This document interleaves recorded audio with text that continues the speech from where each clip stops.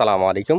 ATM এগ্রোর পক্ষ থেকে সবাইকে জানাই আন্তরিক শুভেচ্ছা। আশা করি সবাই ভালো আছেন ভিউয়ার্স। আজকে আমার শশার প্রজেক্টের বয়স ২৯ দিন।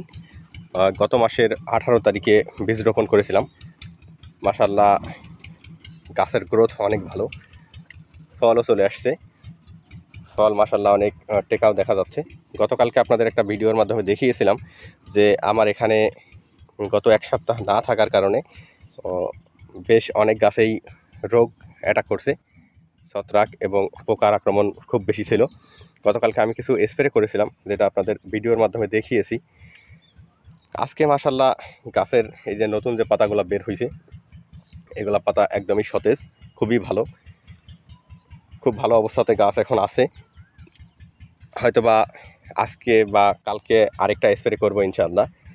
কিছু অনুখাদ্য প্রয়োজন আছে, যেগুলো হয়তোবা আজকে যদি হয় তাহলে আজকে অথবা আগামীকালকে স্প্রে করতে পারি।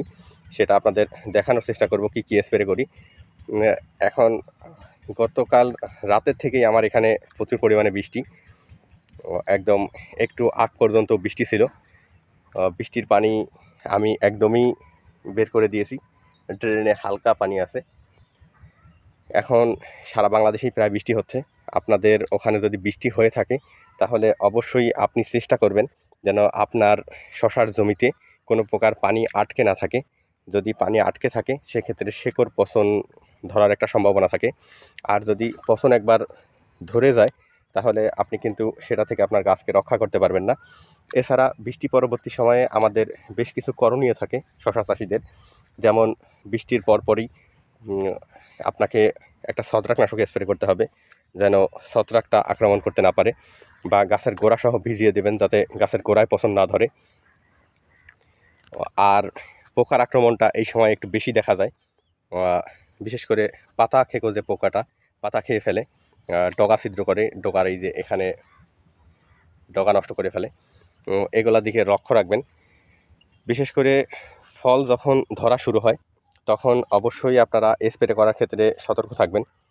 অতিরিক্ত স্প্রে করবেন না, যেটা প্রয়োজন যখন যেটা প্রয়োজন মনে করেন। যদি ছত্রাকের আক্রমণ দেখেন তাহলে আক্রমণ দেখার সাথে সাথে ছত্রাকনাশক স্প্রে করবেন, অথবা যদি দেখেন যে পাতা কুকরি লাগতেছে তাহলে মাকড়সা নাশকটা স্প্রে করবেন, বা গাছের যদি খাদ্যের প্রয়োজন হয় সেক্ষেত্রে কিছু সার প্রয়োগ করতে পারেন, ড্রেনে ব্যবহার করতে পারেন, বা যদি আপনি মালচিং পেপার ছাড়া চাষ করে থাকেন তাহলে অবশ্যই গাছের গোড়ায় দিতে পারেন।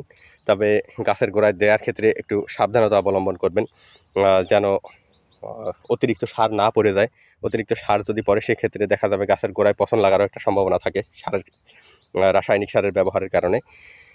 তো বেশ কিছু জিনিস লক্ষ্য রেখে যদি আপনি শশা চাষ করেন তাহলে শশাতে কখনোই লস হওয়ার সম্ভাবনা থাকে না। কারণ আমরা সকলেই জানি যারা শশা চাষি, শশা একটি লাভজনক ফসল। গত বছর যখন শশা চাষ করেছিলাম তখন আমি ১.৫ টাকা কেজি বিক্রি করেছিলাম।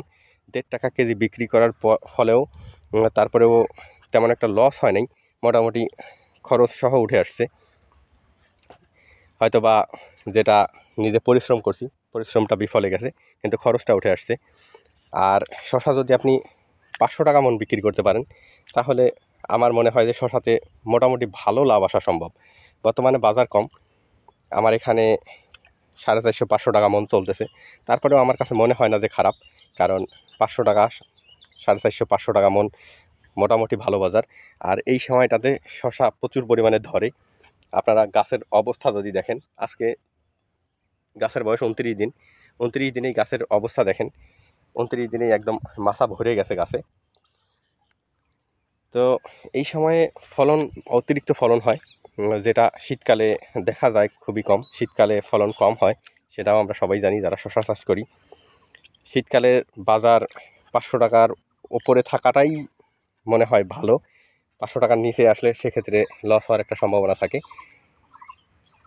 তো যেটা বলতে চাচ্ছিলাম যে আপনারা যারা শশা চাষ করছেন তারা এই সময়টাতে, এই বৃষ্টিকালীন সময়ে গাছের একটু এক্সট্রা যত্ন নেবেন, যাতে গাছটা বা সুস্থ সবল থাকে।